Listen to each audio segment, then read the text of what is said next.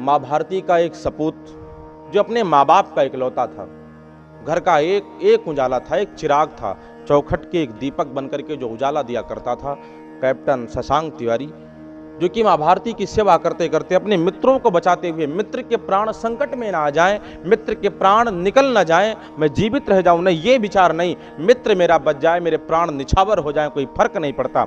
मित्रों को बचाते बचाते एक वीर शहीद हुआ है। ऐसे शशांक तिवारी को मैं व्यास गद्दी से बहुत बहुत नमन करता हूं, आपको श्रद्धांजलि देता हूं।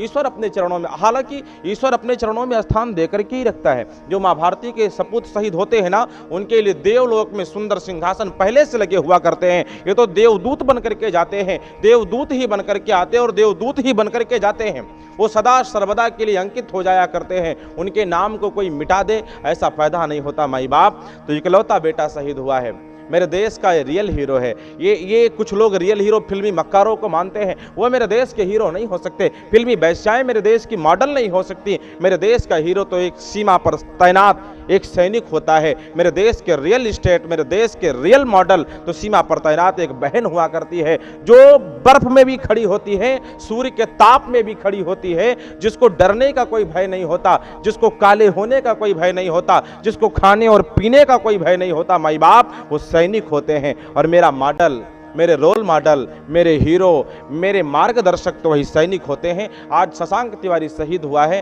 उनके माँ बाप को इस दुख सहन करने की ईश्वर क्षमता प्रदान करे। और मेरे तरफ से बहुत बहुत श्रद्धांजलि। पूरी व्यास गद्दी, संपूर्ण संत समाज, संपूर्ण भारत आपके साथ है।